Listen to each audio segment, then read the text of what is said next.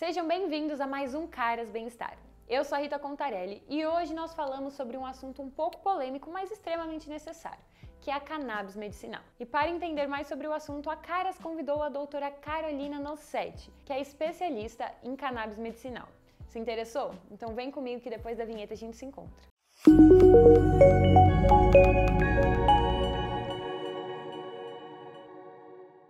Primeiro, doutora, eu quero muito te agradecer por estar aqui hoje.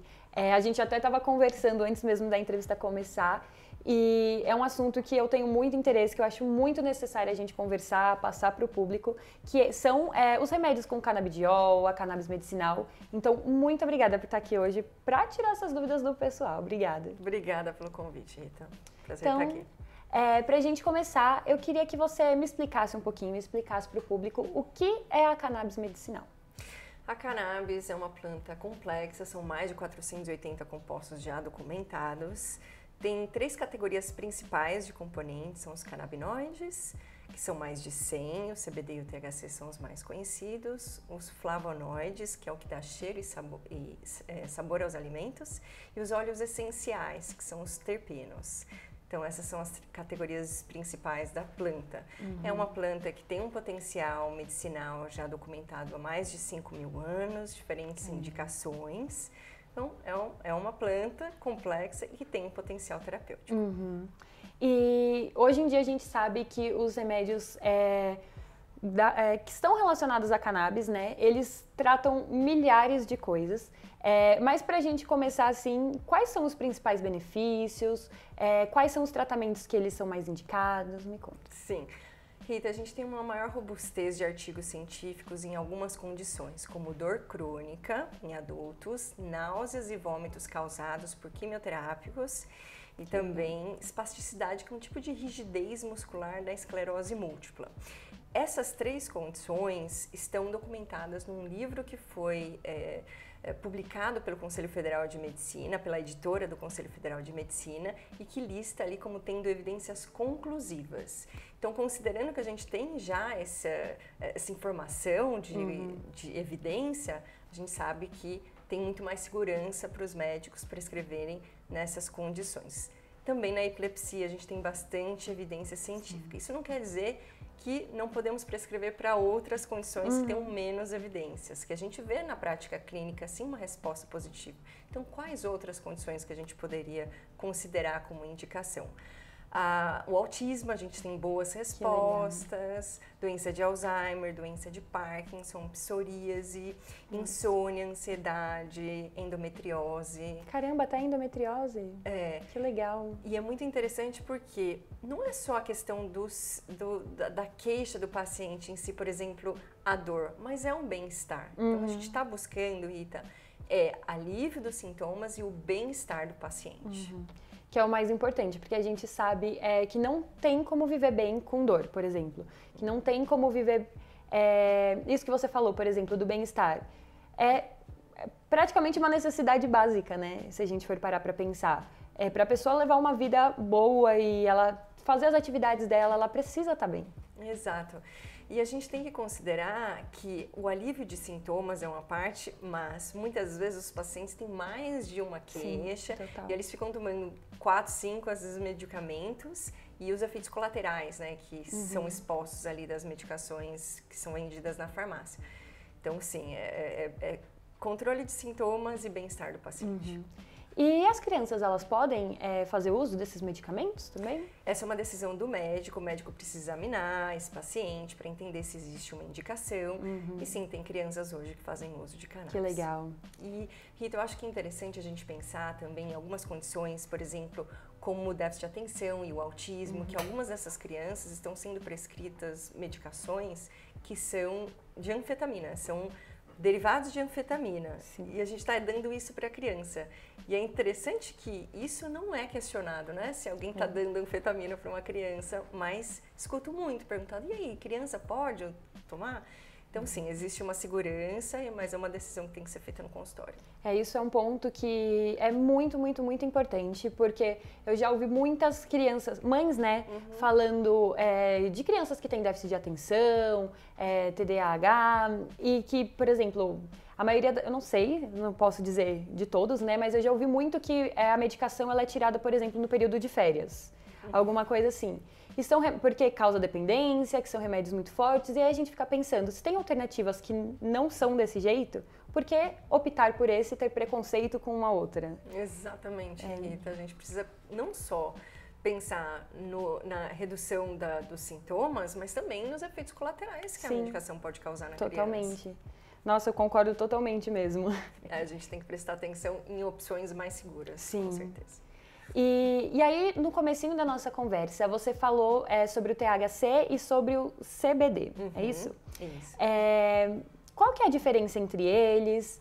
A gente escuta muito as pessoas falando do THC e o CBD eu não escuto, eu escuto só relacionado a cannabis medicinal, mas quando as pessoas que são leigas no assunto, acho que elas deixam ela um pouquinho de lado. Você pode me explicar a diferença? Sim. Então, o CBD e o THC são os canabinoides da planta mais conhecidos, tem mais de 100 já documentados, então tem uns que a gente nem tá sabendo ainda para que serve, mas esses dois depende da indicação e cada um tem um potencial terapêutico, pouco diferenciado, mas eles trabalham muito bem juntos. Quando a gente tem a planta inteira, que a gente chama full spectrum, a gente tem uma resposta melhor para os pacientes e menos efeitos colaterais. Então, digamos que no consultório, cerca de 80% dos pacientes respondem bem aos produtos ricos em CBD e com baixo THC, até 0,3%, 0,2%, dependendo de onde esse produto vem. Mas tem alguns pacientes que só o óleo rico em CBD com baixo THC não é suficiente. Então, tem pacientes que fazem uso do THC, tem pacientes que fazem uso do CBG e outros canabinoides também.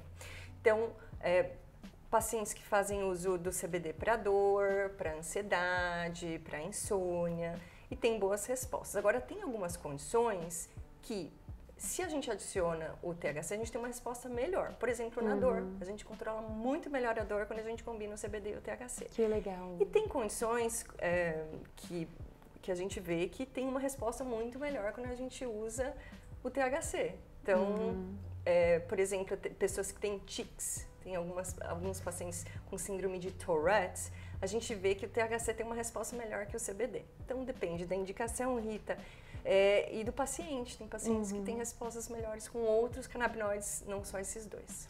E aí, a gente até conversando, me veio uma dúvida. De paciente para paciente vai variar muito. Os remédios, eles são, como que eu posso dizer, manipulados ou eles são mais genéricos, digamos assim? Sim.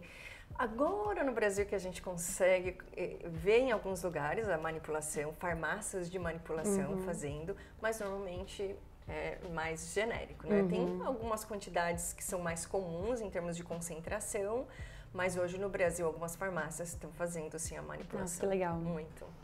E uma coisa que eu sempre vejo muita gente falando, que eu acho que é importante a gente comentar aqui, é em relação à dependência. Eu já escutei um assunto meio diferente, assim, né? Não tem tanto a ver com a nossa entrevista, mas que eu vou colocar. Eu já escutei muitas pessoas falando que a maconha é a porta para outras drogas. E quando a gente fala de medicamentos com cannabis, esses dois pensamentos eu acho que estão muito associados para quem ainda é ignorante nesse assunto. Sim. Então, traz muito sempre aquela questão como se fosse causar dependência, ou enfim. Como que funciona isso relacionado a esses medicamentos? Sim. Quando a gente fala de óleo rico em CBD com até 0,2% de THC, a gente tem uma validação da Organização Mundial de Saúde e da Segurança, o que é muito interessante, né? Tem um selinho desse. E eles falam que não há evidências nem de dependência e nem de tolerância. O que isso quer dizer? O paciente não precisa ficar tomando mais e mais para ter o mesmo efeito. Agora, Rita, com relação ao THC é muito complicado, porque a gente tem vários tipos de plantas diferentes e a gente não consegue ter uma certeza absoluta da quantidade, da porcentagem de dependência. A gente consegue mais ou menos pontuar, né? Próximo de 13%, mas a gente duvido que a gente consiga ter um valor assim muito certo com relação a isso, porque tem muita planta diferente. Seria uma dependência muito próxima, Rita, do café. Se você toma café todo dia, aí você para de tomar café, você vai ficar... Seu corpo sente. 15 dias, talvez, assim, um pouco mais assim, não tão agradável, nos dias não vão passar de forma tão agradável, mas certamente vai passar. Você não vai levar isso para a sua vida.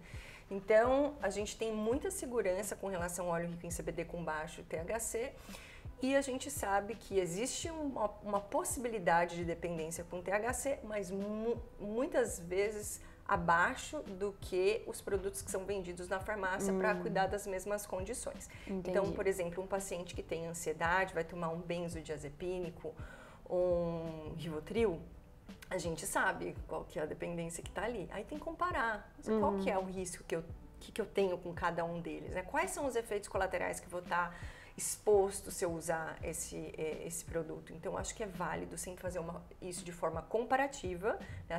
O potencial de dependência e segurança, comparar o alopático com a cannabis. Mas é uma medicação segura e a dependência é possível, mas ainda é baixa com THC. E essa dependência vai variar de organismo para organismo ou é do problema que vai ser tratado? Tem alguma... É mais da pessoa, Rita. Da pessoa. Do organismo da pessoa. Algumas pessoas têm geneticamente uma predisposição para adição, não vai ser só a cannabis, provavelmente a pessoa tem outras questões do seu dia a dia que podem se viciar. Então é isso, a pessoa tem que saber que isso é uma possibilidade, é uma planta, não é sem efeito colateral. E os outros medicamentos da farmácia também têm efeito colateral. Sim, isso que eu acho que é muito importante a gente enfatizar para o nosso público, que todos os remédios que a gente vai tomar na vida, eles vão ter efeitos colaterais. Não é um remédio que ele tem como base a cannabis, que ele vai ter, e um remédio que a gente compra na farmácia, que o médico no hospital passou, não vai ter. Eles têm sim, né? Rita, eu queria complementar. Por quê? Essa questão de segurança é algo que com frequência as pessoas perguntam, mas é seguro? A cannabis é segura? Uma planta, mas é segura? Está na farmácia sendo vendida. Sim. Então é segura, senão não estaria na farmácia. Exatamente. Também está na farmácia o Rivotril. E também está na farmácia o Venvance, que é esse derivado de anfetamina. Então, o que a gente vai fazer para diferenciar? Se todo é saudável, sim. Né? Então a gente tem que ver, se tudo é seguro, né? A gente tem que fazer alguma coisa para diferenciar. Então, eu acho que é válido a gente começar a considerar, os dois são seguros, o Rivotril e a cannabis. Agora, qual dos dois é saudável? Porque a gente não costuma pensar se um medicamento é saudável. É verdade. A gente vê uma maçã saudável, mas a cannabis é uma planta. Então, a gente precisa fazer comparações quando a gente está tomando decisões sobre nossa saúde. E certamente, segura é. Agora, a gente tem que comparar o como isso é saudável ou não. Então, Rivotril e cannabis, certamente a cannabis vai ser mais saudável do que o Rivotril para algumas condições de saúde. Sim. E até você, com esse seu comentário, me veio uma questão na cabeça, que é quais médicos eles prescrevem, por exemplo? Como encontrar um médico que seja favorável a isso? Hoje em dia, a maioria dos médicos não são? Como que é isso? Está melhorando, viu, Rita? Não tem que ter uma especialidade específica, qualquer médico pode tomar essa decisão junto com o seu paciente no consultório, isso é possível. Agora, buscar, por exemplo, os médicos, isso pode ser feito nas associações de pacientes, muitas delas têm listas de médicos que as listas podem ser consultadas online e falar sempre com o seu médico primeiro. Sim. Pergunta, você tem experiência nisso? Às vezes vale a pena levar algum artigo científico, mesmo a nossa entrevista aqui, ou algum outro conteúdo para começar uma conversa com o seu profissional. Sim. Acho que isso é o primeiro passo. Com se certeza. Educar e levar essas informações para serem discutidas com o seu médico. Nossa, com certeza. E você também tinha comentado sobre os efeitos colaterais, a gente comentou que todos os remédios vão causar ao longo da vida. Quais são os principais, assim, os efeitos colaterais para os medicamentos à base de cannabis? Tá. O mais comum é a sonolência. A gente entende que tem alguns pacientes que são mais suscetíveis ao aumento de doses, então isso é também dose dependente, a gente consegue controlar a dose para o paciente ter menos esse efeito colateral. A gente também vê como efeito colateral a hipotensão, como uma possibilidade de redução da pressão arterial. Hipoglicemia, então redução do açúcar no sangue. Algumas pessoas, dependendo do produto, podem ficar com o olho vermelho ou com a boca seca, que também são possíveis efeitos colaterais. E são os mais comuns. Às vezes uma mudança na consistência das fezes nos primeiros dias, mas certamente a gente vê que é um perfil de segurança muito melhor do que os alopáticos, assim, que normalmente são usados para as condições principais. E tem alguém que não possa fazer uso por algum motivo? Tem alguns pacientes, Rita, que têm condições relacionadas ao fígado e que o médico e o paciente precisam conversar para tomar essa decisão. E pacientes com glaucoma, apesar da gente escutar bastante que os pacientes nos Estados Unidos usam a cannabis para o glaucoma, na realidade é o THC. O CBD tem alguns tipos de glaucoma específicos que pode ser que não seja o ideal para usar. Então, aí, de novo, a importância de estar sempre conversando com o médico, né? Com certeza. Porque não é um medicamento que vai fazer bem para todos os tipos, para todas as pessoas e por aí vai. Exato. E me veio até uma dúvida aqui. Vou dar um exemplo de antibiótico. Quando a gente está tomando antibiótico, a gente não pode beber, por exemplo. Quem faz uso desses medicamentos tem alguma questão assim? Por exemplo, não pode beber ou não pode fazer alguma atividade? A gente certamente sugere que evite a bebida alcoólica, mas são pacientes que muitas vezes fazem uso crônico dos medicamentos. Então, acho que depende do paciente, do caso, e uma conversa com o médico, né, para evitar esse consumo. Agora, interação medicamentosa existe, Rita, mas depende da medicação. Então, o que a gente faz no consultório? A gente identifica os medicamentos que o paciente está fazendo uso e entende como são as interações, as possíveis interações medicamentosas, e a gente faz essa orientação para o paciente. Mas é possível. De novo, analisando cada caso separadamente, né? Exato. E outra coisa também que eu tinha dúvida, que eu queria conversar com você, é sobre as formas que a cannabis pode ser usada. Por exemplo, eu já vi muito que existe pomada, você comentou sobre os óleos. Como que a gente... Óleos não, né? Que eu falei óleos, tipo óleos. Mas mas como que a gente pode usar esses medicamentos? Tem algumas vias diferentes de administração. Mais comum é o óleo na boca, oral, via oral. Tem também pacientes que fazem uso tópico, alguns pacientes fazem uso intranasal em forma de spray. Caramba, não sabia disso. É muito interessante, é muito rápida a resposta. Então, tem pacientes que fazem uso intranasal no meio da crise de epilepsia, por exemplo. Caramba, que legal. Aí tem uma velocidade maior. A gente também tem o uso como supositório, os pacientes que têm condições relacionadas ao trato intestinal. E algumas mulheres, principalmente em países como Estados Unidos, fazem uso de absorventes íntimos com canabinoides. Caramba, não sabia nem que existia. E para cólica é muito interessante essa possibilidade. Então, aqui no Brasil, eu não consigo achar o absorvente íntimo em si, tipo o Tampax, mas a gente tem óvulos em algumas associações. Então, eles enviam, né, a embalagem com os óvulos. A mulher pode fazer o uso ou para cólica, endometriose, né, a dor da endometriose. Tem algumas condições onde é possível fazer uso. A gente não tem evidências científicas para essa possibilidade, mas existe a gente consegue observar na prática clínica que existe uma resposta terapêutica. Nossa, que legal.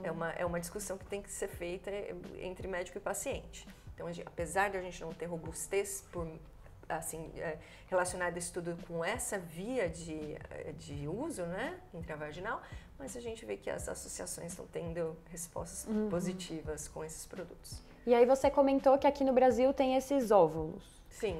Como que faz? Alguém que está assistindo a gente que se interessou, ela pede para o médico faz uma solicitação, precisa de receita, como que é? Sim, sempre a cannabis vai precisar de receita, sabe? Sempre o primeiro passo é uma consulta médica. Como são pouquíssimas as associações que têm esses óvulos, teria que realmente ligar nas associações. Mas, Rita, para endometriose, por exemplo, a gente tem uma resposta muito positiva também pela via oral. Mas, de qualquer forma, passa-se primeiro no médico, faz uma conversa, pega a prescrição, aí vai na associação ou uma empresa que faça importação de produtos ou mesmo nas farmácias. Que legal. E você até comentou de como funciona tudo isso nos Estados Unidos. A gente sabe que é muito diferente a legislação de lá, daqui, de outros lugares no mundo. Como que tá essa situação aqui no Brasil? Como que funciona? A gente estava até conversando antes.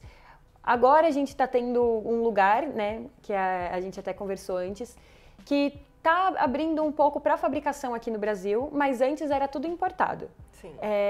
Como que está nesse sentido? Sim. A regulamentação foi evoluindo desde 2015, então desde 2015 é possível fazer importação de cannabis para o Brasil. Hoje a gente tem uma RDC que se chama 660, que permite a importação direta para o paciente. A gente tem os produtos hoje também sendo vendidos na farmácia e as associações de paciente. Aqui em São Paulo, a gente tem também uma lei que foi passada, sancionada pelo governador Tarcísio, que vai permitir a distribuição gratuita de cannabis pelo SUS, que foi uma grande vitória inesperada. Em Brasília, a gente tem uma discussão do PL 399 de 2015, foi liderado pelo atual ministro Paulo Teixeira, enquanto ele ainda era deputado federal, que é um marco regulatório da cannabis no Brasil. E sim, esse vai permitir o cultivo, a distribuição, comercialização, mas não sei quanto tempo vai demorar para isso, nós estamos aqui na torcida. Bem diferente da estrutura dos Estados Unidos, onde a gente vê isso, por exemplo, sendo vendido no supermercado, na farmácia, certamente o acesso é mais fácil. E lá a gente também tem um envolvimento maior da equipe multidisciplinar. Aqui no Brasil, Rita, pela necessidade da prescrição, os médicos estão muito mais envolvidos pelas determinações locais da regulamentação. Mas em outros países, a equipe multidisciplinar ela é muito envolvida no cuidado desse paciente. Por quê? Muito personalizado o cuidado. Cada paciente vai ter uma dose diferente, um produto mais adequado para o seu caso. Que legal. E precisa ajudar esse paciente a achar a dose. O que está acontecendo hoje? O paciente vai no médico, pega uma prescrição e está ali. X gotas, X vezes por dia, aumenta desse jeito. Tá a mesma estrutura de um comprimido 3 vezes por dia que a gente via na indústria farmacêutica. Sim. Que a gente já viu que não funcionou. Então, o que eu vejo de diferença, que impacta no cuidado do paciente, é essa presença da equipe multi. Eu acho que é super vantajoso para os pacientes saberem disso, para a hora que for buscar um médico, assegurar que esse médico vai atender o paciente depois. Sim. O paciente tem dúvida, o paciente vai precisar fazer ajuste de dose. Então, é importante ter esse contato. Ou um médico que tenha uma equipe multidisciplinar. Então, um médico que tenha alguém, um farmacêutico na equipe, um biólogo, ou um enfermeiro, um biomédico. Então, formar uma estrutura para atender esse paciente de cannabis é importante, porque ele vai demandar, ele vai ligar. Como é que eu faço? Estou sentindo isso. Sim. E a gente passar essa autonomia para o paciente, Rita. Eles precisam fazer isso sozinhos em algum momento. Que se ficar dependendo do médico, vai ser constantemente ali. O paciente vai precisar ligar para o médico e fazer esse ajuste. Mas se tem uma equipe multi que colabora com o paciente, aos poucos ele vai tendo essa autonomia.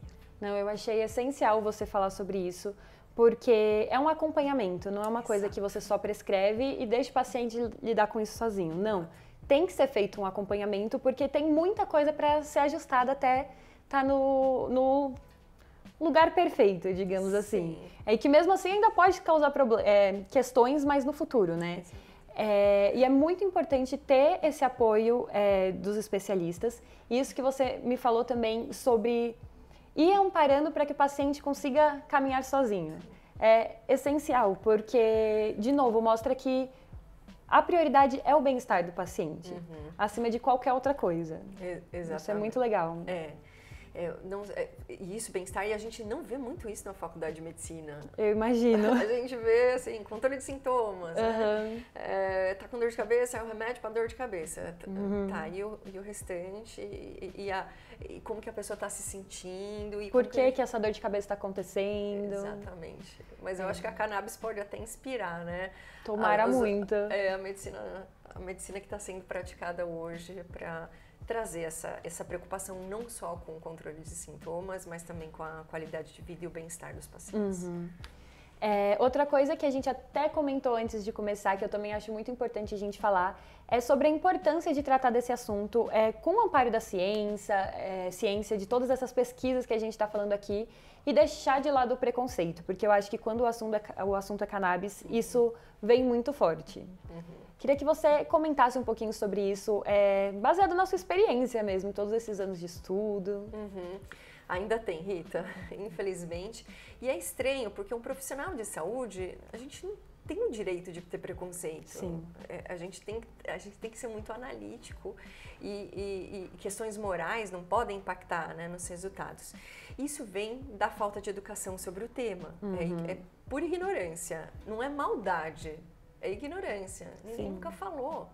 Então, informações aos poucos vão estão chegando, né, nos pacientes, na população, informações sobre o potencial terapêutico, informações gerais sobre a fisiologia. A gente tem um sistema no nosso corpo, como a gente tem um sistema imunológico, sistema neurológico, a gente tem um sistema que se chama sistema endocannabinoide, que a gente produz moléculas muito parecidas com o CBD e o THC dentro do nosso corpo. Então, por exemplo, o leite materno, o colostro, tem canabinoides. Que loucura. Então, à medida que a gente fica sabendo o paciente, os médicos sabendo desse tipo de informação, parece que vai aos poucos tirando esse preconceito. Então, a gente precisa educar a população, a gente precisa educar os médicos e a gente precisa educar os profissionais de saúde.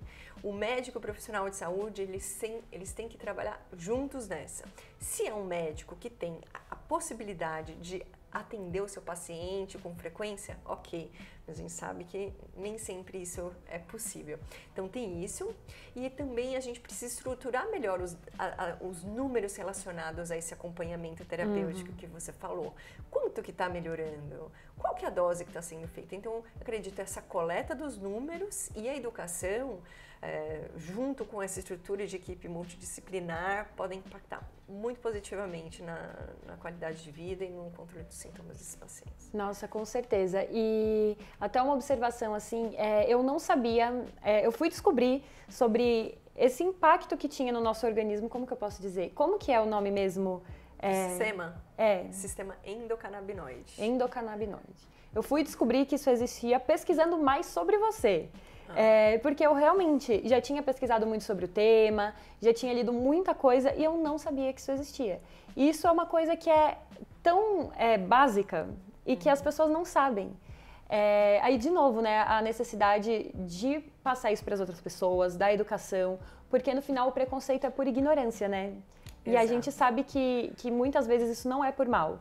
Mas a gente só vai conseguir desconstruir esse preconceito com conhecimento mesmo. Sim, e espalhar o conhecimento. Então, o que vocês escutarem aqui, levem para os seus familiares, para os seus amigos, para os profissionais de saúde, para que essa discussão vá diminuindo o preconceito e a gente consiga impactar positivamente essas pessoas que precisam de alívio.